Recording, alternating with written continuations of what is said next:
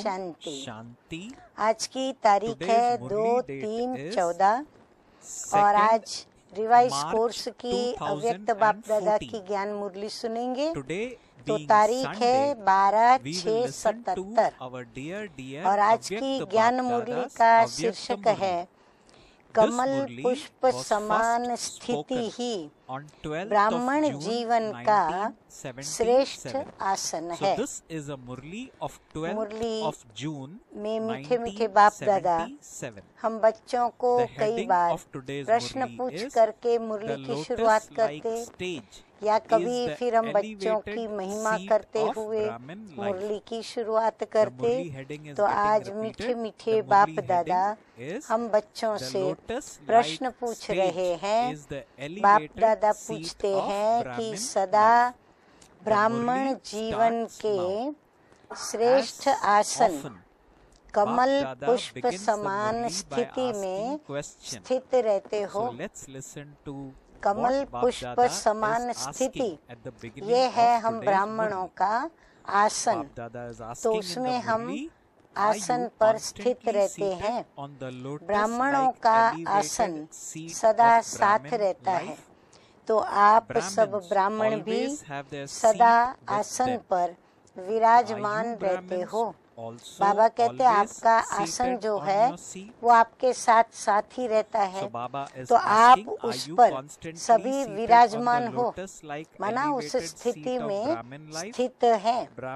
कमल पुष्प समान स्थिति अर्थात सदा हर कर्मेंद्रियों के द्वारा कर्म करते हुए भी इंद्रियों के आकर्षण से न्यारे और प्यारे।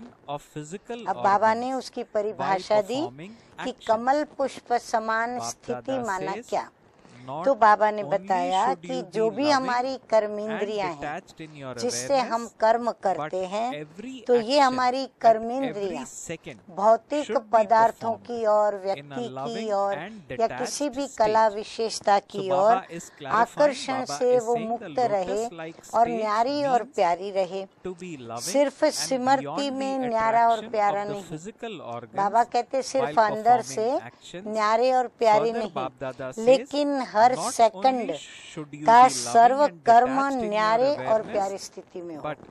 लेकिन बाबा कहते हैं हर सेकंड के जो आपके कर्म है, इतना अटेंशन हो हमारे कर्म पर कि हर सेकंड का सर्व कर्म न्यारा और प्यारी स्थिति में हो। इसी का यादगार आप सबके गायन में अब तक भी भक्त हर कर्मेंद्रिय के प्रति महिमा में नयन कमल, मुख कमल, हस्त कमल कह करके गायन करते हैं। बाबा ने कहा कि आपने जो कार्य किया है उस कार्य का यादगार आज तक भी जो भक्त लोग हैं वो हमारी कर्मेंद्रियों का भी एक एक कर्मेंद्रिय की विशेषता के कारण गायन करते हैं, महिमा करते। कैसे महिमा करते? तो देवी देवताओं के नयनों को कहेंगे नयन कमल, ऐसे हाथों को भी कहेंगे हस्त कमल। तो ऐसे कह करके गायन करते हैं।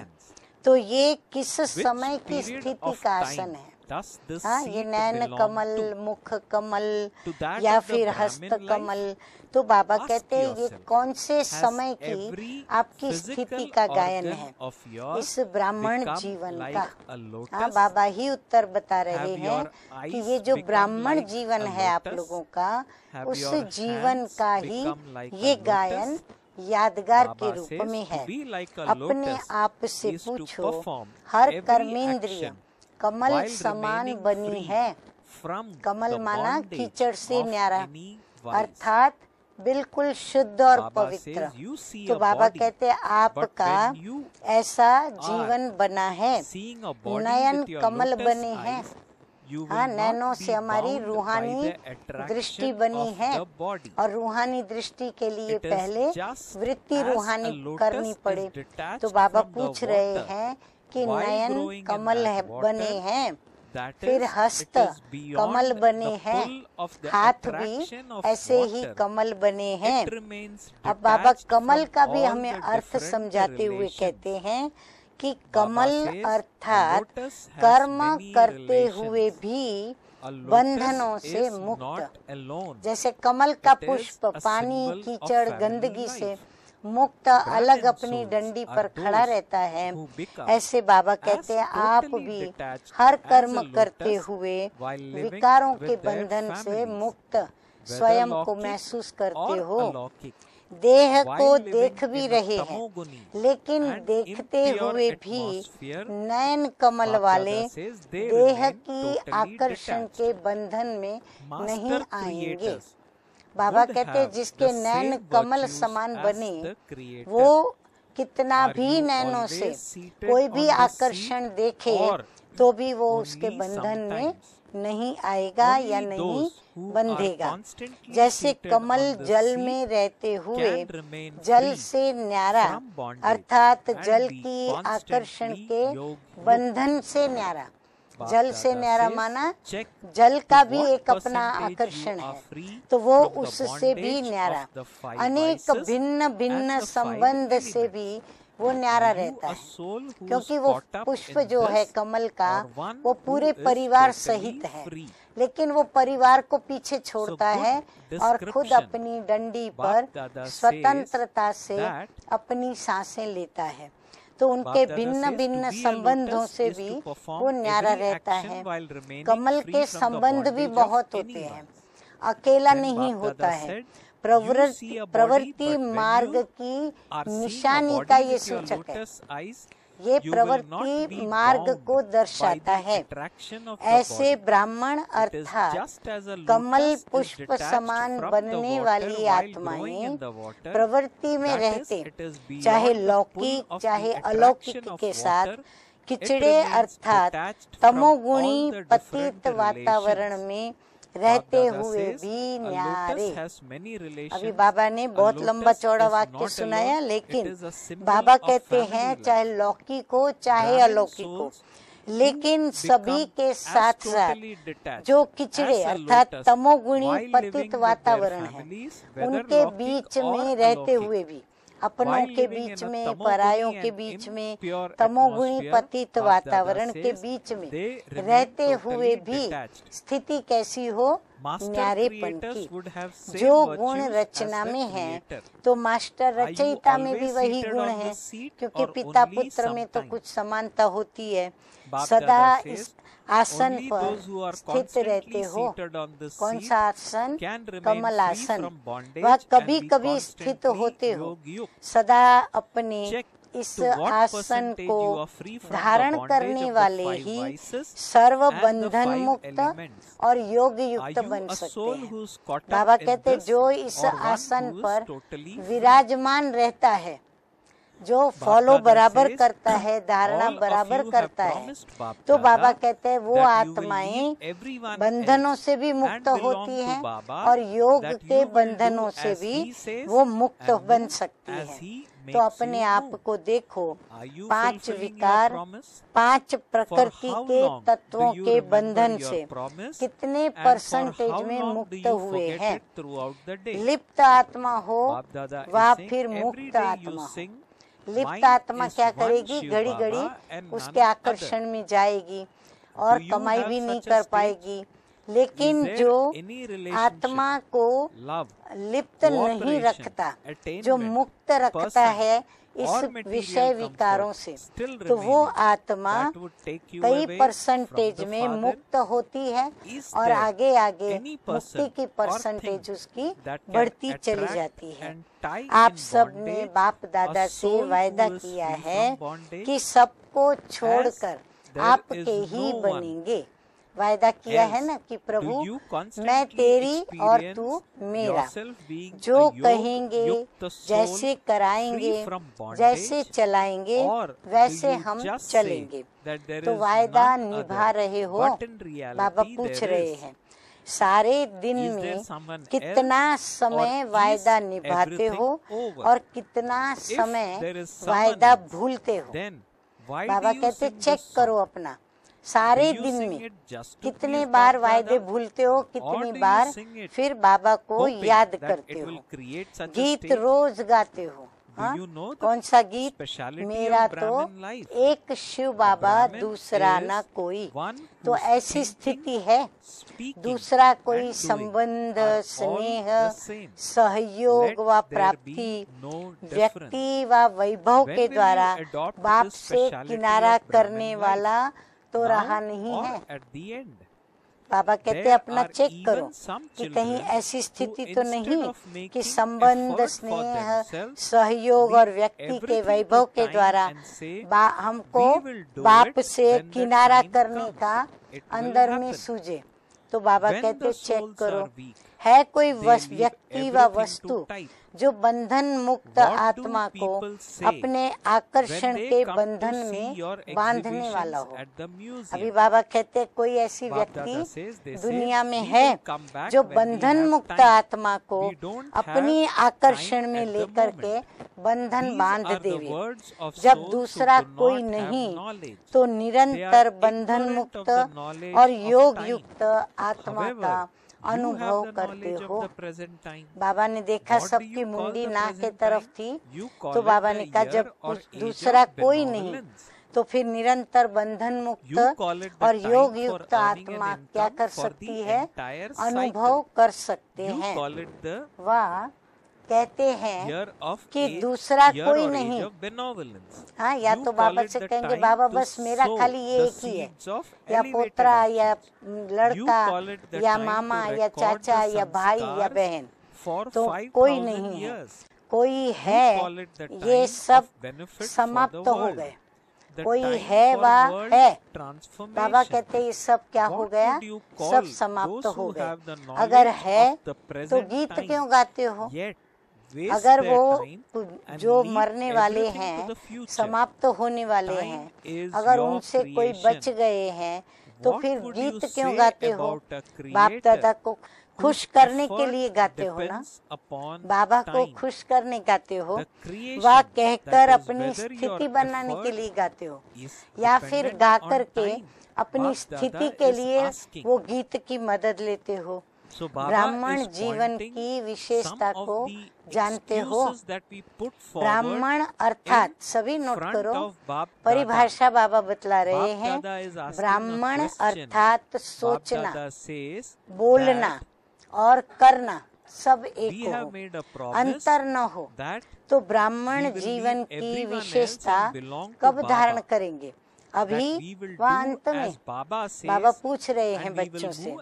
अब आगे बाबा कहते हैं कई ऐसे भी बच्चे हैं जो स्वयं के पुरुषार्थ के बजाय समय पर छोड़ देते हैं कि भाई हाँ हम समय आएगा तो हम कर लेंगे, हो जाएगा। हाँ, बाप को भी जैसे आश्वासन देने लगते हैं, कहते हैं समय आने पर कर लेंगे, हो जाएगा। आत्माएं स्वयं कमजोर होने के कारण समय पर रखते हैं। अभी समय पर कौन रखता है? तो बाबा ने कहा जो स्वयं आत्मा कमजोर होगी तो वो तकदीर पर चलेगी। आप लोगों के पास भी जब कोई म्यूजियम व प्रदर्शनी देखने आते हैं तो आप उनको क्या कहते हो? समय मिलेगा तो आएंगे। हाँ, अगर वो कहे हमको समय मिलेगा तो हम आएंगे, तो हम तुरंत उनको समझाते हैं। तो बाबा कहते क्या उनका भी आना जाना ऐसा रखेंगे? समय मिला तो वो आएंगे, अभी हमको समय नहीं है। या फिर वो जवाब दे देते हैं कि हमको अभी समय नहीं है बाबा का दर्शन करने का, हम कभी भी दिन में आके दर्शन करके जाएंगे। ये अज्ञानियों के बोल हैं, क्योंकि समय के ज्ञान से अज्ञानी हैं। लेकिन आपको तो ज्ञान है कि कौन सा समय चल रहा है। उन्हों के पास तो ज्ञान भी नहीं और उन्हों के पास समझ भी नहीं, और इसीलिए बाबा कहते हैं अपनी चेकिंग करो कि ज्ञान कौन से समय उनको दिया गया। इस वर्तमान समय को कौन सा समय कहते हो? तो बाबा कहते हैं कल्याणकारी युग, अर्थात समय कहते हो ना, सारे कल्प की कमाई का समय कहते हो। संगम युग को हम सारे कल्प की कमाई का युग कहते हैं। श्रेष्ठ कर्म रूपी बीज बोने का समय कहते हो। संगम युग को हम सारे श्रेष्ठ कर्म रूपी बीज को बोने का समय कहते हैं। 5000 वर्ष के संस्कारों का रिकॉर्ड भरने का समय कहते हो। हाँ, संगम को आप देखो कितना वैल्यू देते हो, कितना वैल्यूएबल है। तो बाबा कहते हैं विश्व कल्याण, विश्व परिवर्तन का समय कहते हो। समय के ज्ञान वाले भी वर्तमान समय को गंवाते हुए आने वाले समय पर छोड़ दे तो उसको क्या कहा जाएगा? अगर अभी भी वर्तमान समय में जो ज्ञान वाले बाबा के बच्चे हैं वो अपने यदि समय को गंवा करके और समय पर अपने पुरुषार्थ की रिजल्ट को छोड़ दे या पुरुषार्थ करना छोड़ दे तो बाबा कहते हैं उसको क्या कहा जाएगा? समय भी आपकी क्रिएशन है, आपकी रचना है। क्रिएशन के आधार पर क्रिएटर रचयिता का पुरुषार्थ हो, अर्थात समय के आधार पर स्वयं का पुरुषार्थ हो तो क्रिएटर को क्या कहा जाएगा? उसको क्रिएटर कहेंगे या क्रिएशन कहेंगे?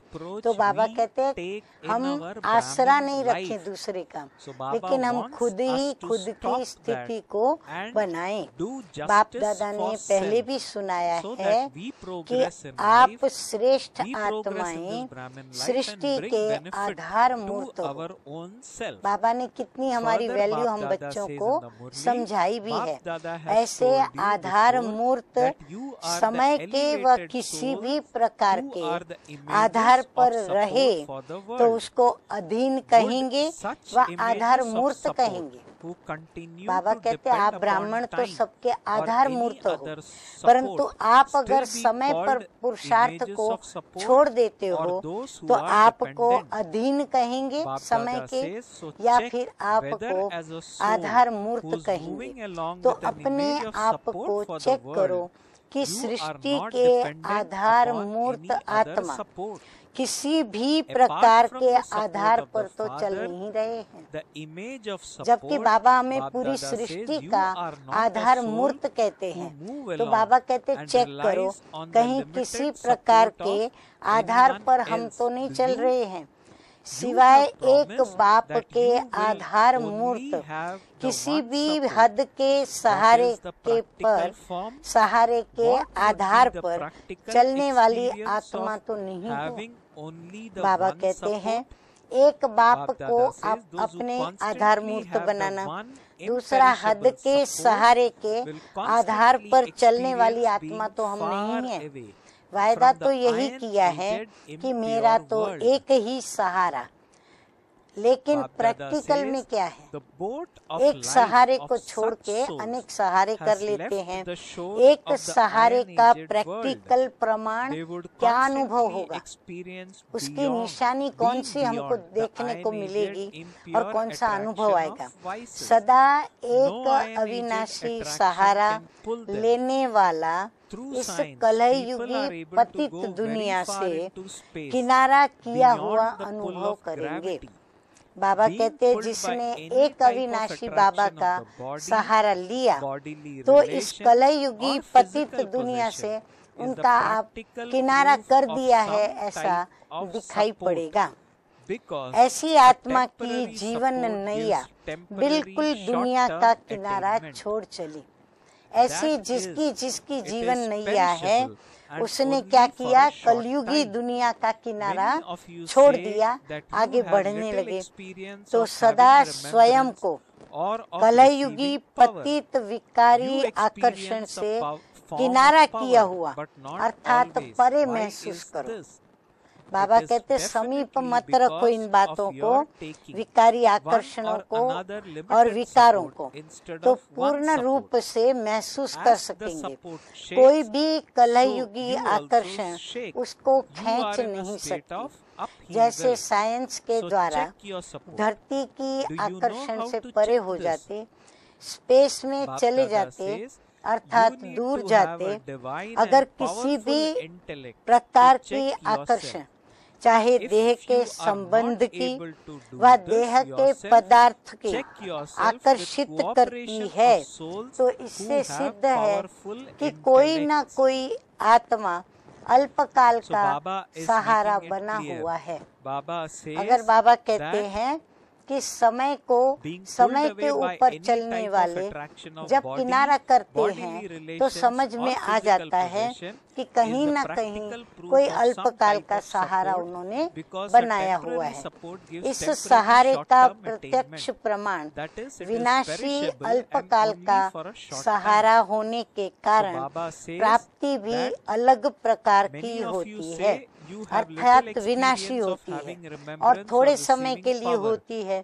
जैसे कई कहते हैं कि थोड़ा थोड़ा अनुभव होता है, याद रहती है, शक्ति मिलती है, शक्ति स्वरूप का अनुभव होता है, लेकिन सदा नहीं रहता। उसका कारण क्या? बीच बीच में अनुभव आता है, परंतु वो अनुभव सदा नहीं रहता। तो बाबा पूछ रहे हैं उसका कारण क्या?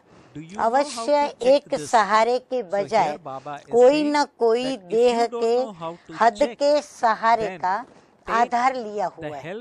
कहीं न कहीं किसी से रग जुटी हुई है, तो चेक करना आता है। चेक करने के लिए ध्यान से नोट करें, चेक करने के लिए दिव्य अर्थात समर्थ बुद्धि चाहिए। अगर नहीं तो बुद्धिवान आत्माओं के सहयोग से भी अपनी चेकिंग करो।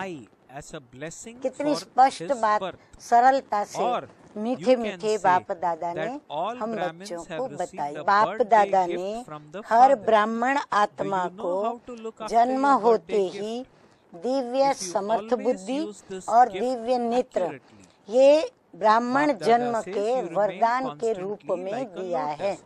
जैसे ही हम बाबा के पास जन्म लेते हैं, अलौकिक जन्म होता है, हमको वरदान में ये दो बातें पहले ही मिल जाती हैं। एक तो समर्थ बुद्धि और दूसरा दिव्य नेत्र। वह यूं कहो कि ब्राह्मणों के बर्थडे की गिफ्ट बाप द्वारा हरेक को प्राप्त है, या फिर ये कहें कि हम ब्राह्मणों का जब जन्म होता है तो बाप दादा की तरफ से हमको गिफ्ट में क्या मिलता है? एक तो समर्थ बुद्धि और दूसरा दिव्य नेत्र। ये हमको बाप दादा के द्वारा हमको गिफ्ट मिलती है। क्या अपने जन्म की गिफ्ट को संभालना आता है? अगर सदैव इस गिफ्ट को यथार्थ रीति से यूज करो तो सदा कमल पुष्प समान रहो। बाबा कहते हैं अगर ये जो गिफ्ट बाबा दे रहे हैं वो संभालनी आती है, या फिर इस गिफ्ट को आप यथार्थ रीति से यूज करो रोज, परंतु रहो सदा कमल पुष्प समान, अर्थात सदा कमल पुष्प समान स्थिति के आसन पर स्थित रहें। अर्थात हम कमल पुष्प पर आसीन हैं, तो हमारी बैठक हम कमल पुष्प की याद रखें और हम उस आसन पर स्थित रहें। तो समझा क्या चेकिंग करनी है? सर्व कर्मेंद्रियां कब तक कमल बनी है? बाबा कहते आपकी कर्मेंद्रियों को जांच करो, सभी कर्मेंद्रियां कहाँ तक कमल बनी है। ऐसे कमल समान बनने वाले सदा आकर्षण से परे, अर्थात सदा हर्षित रहेंगे। सदा हर्षित न रहना अर्थात कहाँ न कहाँ आकर्षित होते हैं, तब हर्षित नहीं रह सकते। अब इन सब बातों से बुद्धि योग द्वारा किनारा करो। कहना और करना एक करो, उसके बीच में अंतर नहीं रखो। वायदा करने वाले नहीं, लेकिन निभाने वाले बनो। अच्छा, सदा सर्व संबंधों से एक बाप दूसरा न कोई, ऐसे सदा स्वयं को आधार मूर्त समझने वाले, समय के आधार से परे स्वयं को समर्थ समझ चलने वाले, ऐसी समर्थ आत्माओं, बंधन मुक्त आत्माओं को, सदा योग युक्त आत्माओं को बाप दादा का याद, प्यार और नमस्ते। हम रूहानी बच्चों का रूहानी बाप दादा को याद, प्यार, गुड मॉर्निंग और नमस्ते नमस्ते। अब मीठे मीठे बाप दादा पांडव और शक्तियों से बात करते हुए, पार्टियों से बात करते हुए कहते हैं कि पांडव और शक्तियां दोनों ही युद्ध स्थल पर उपस्थित हैं। युद्ध करते हुए, विजय प्राप्त करते हुए आगे बढ़ते चल रहे हो, तो विजयी आत्माओं को सदा विजय की खुशी होगी। नेचुरली जो विजय प्राप्त करेगा उसे विजय की खुशी रहेगी। तो विजय वालों को दुख की लहर नहीं होगी। दुख होता है हार में।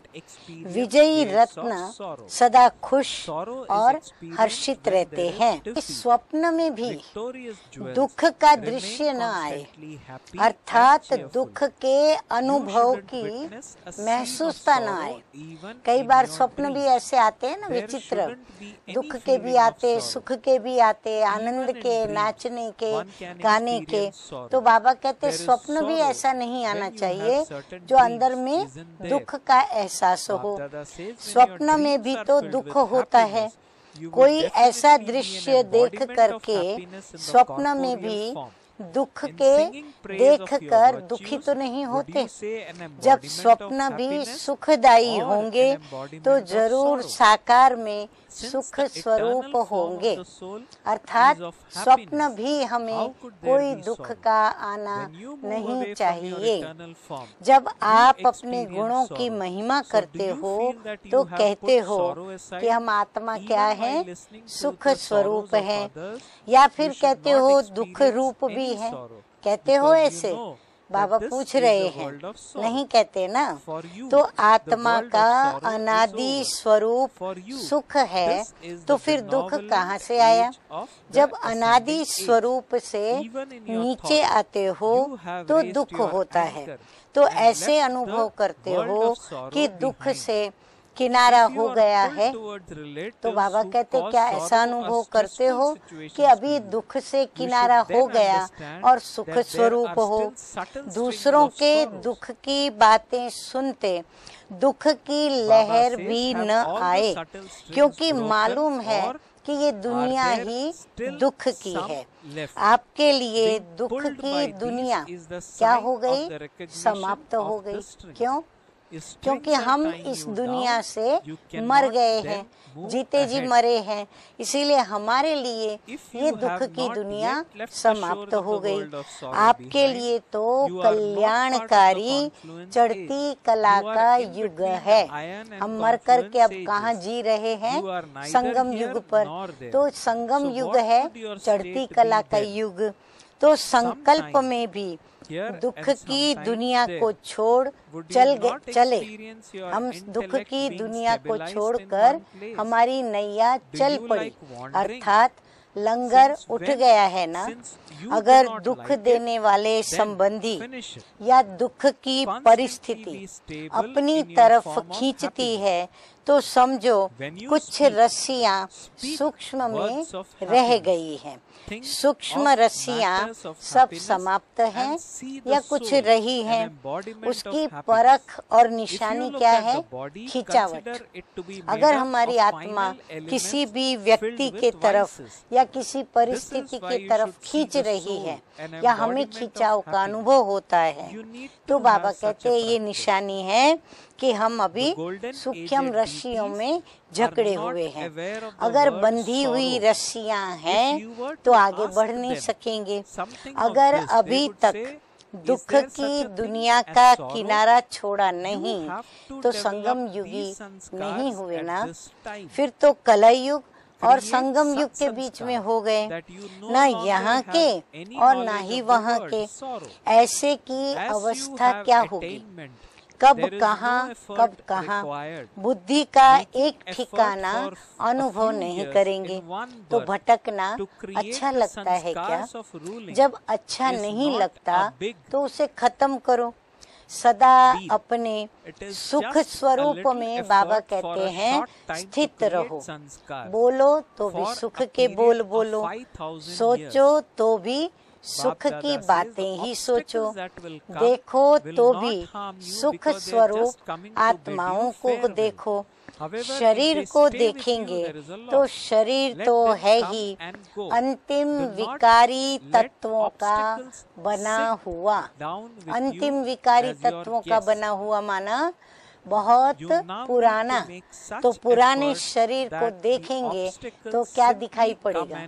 सब बीमार और कोई भी चेहरे पर तेज नहीं दिखाई पड़ेगा, निस्तेज दिखाई पड़ेंगे।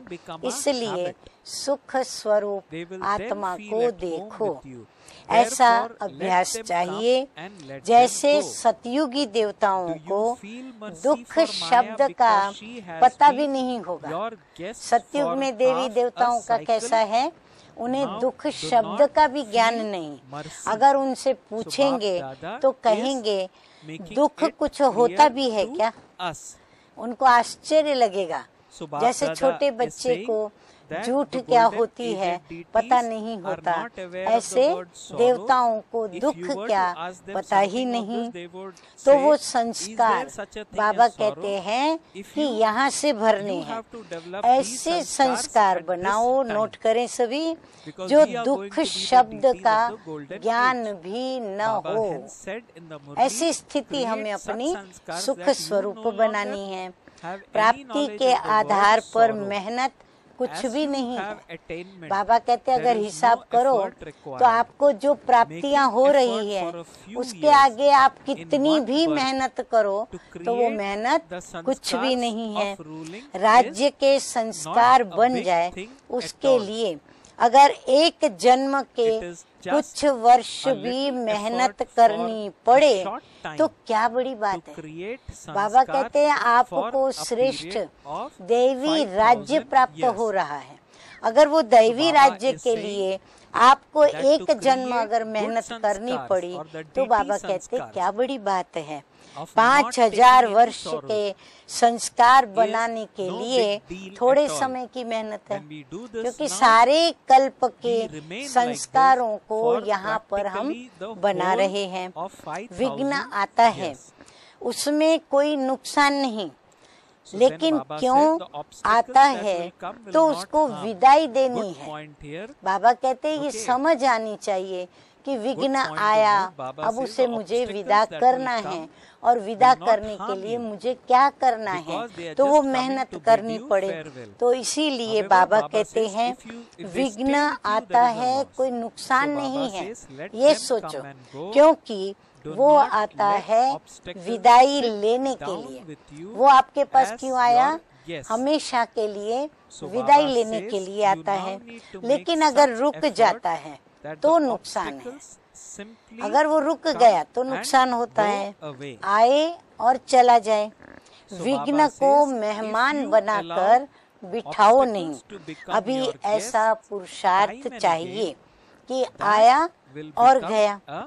विघ्न को अगर घड़ी घड़ी का भी मेहमान बनाया तो फिर आदत पड़ जाएगी, फिर ठिकाना बना देंगे। इसीलिए आया और गया।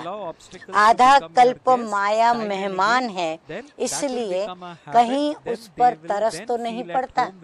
बाबा कहते कहीं उस पे तरस तो नहीं खाते हो, तो इसीलिए अब उसके ऊपर तरस मत करो। इसलिए बाबा कहते हैं कि पवित्रता और शांति के वातावरण से श्रेष्ठ योगी की लगन में मगन रहने वाले रहो, ऐसा अनुभव हो।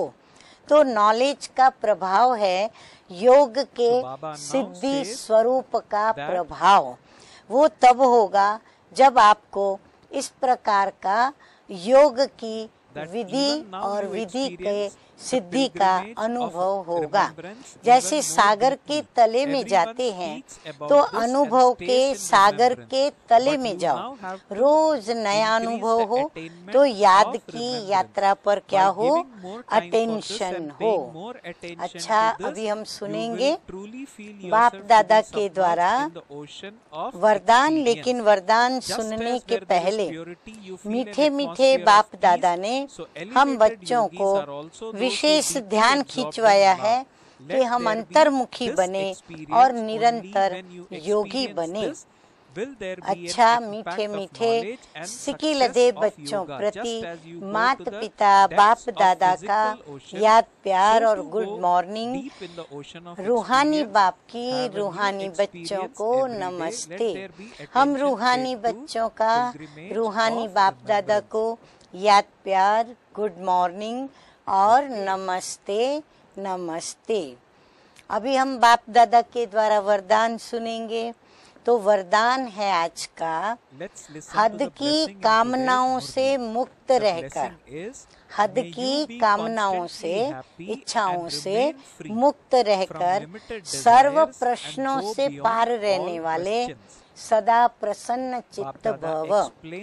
जो बच्चे हद की कामनाओं से मुक्त रहते हैं उनके चेहरे पर क्या दिखाई पड़ेगा? तो बाबा कहते हैं प्रसन्नता की झलक दिखाई देती है। प्रसन्न चित्त कोई भी बात में प्रश्न चित्त नहीं होते। अगर मन में प्रश्न है तो चेहरा प्रसन्न चित्त नहीं होगा। वो सदा निस्वार्थी और सदा सभी को निर्दोष अनुभव करेंगे। उन आत्माओं की विशेषता क्या होंगी? जो हर्षित मुख रहते हैं, प्रसन्न रहते हैं। बाबा कहते हैं वो बड़े निस्वार्थी समझ में आएंगे और बड़े निर्दोषता के अनुभव उनके द्वारा आएगा।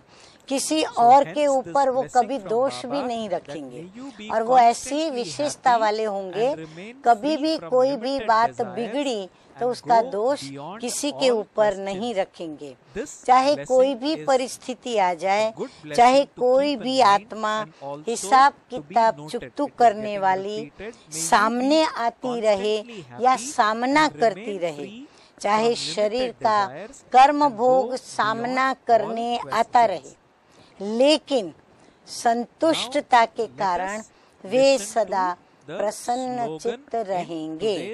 तो स्लोगन है आज का, व्यर्थ की चेकिंग, व्यर्थ की चेकिंग अटेंशन से करो, अलबेले रूप में नहीं।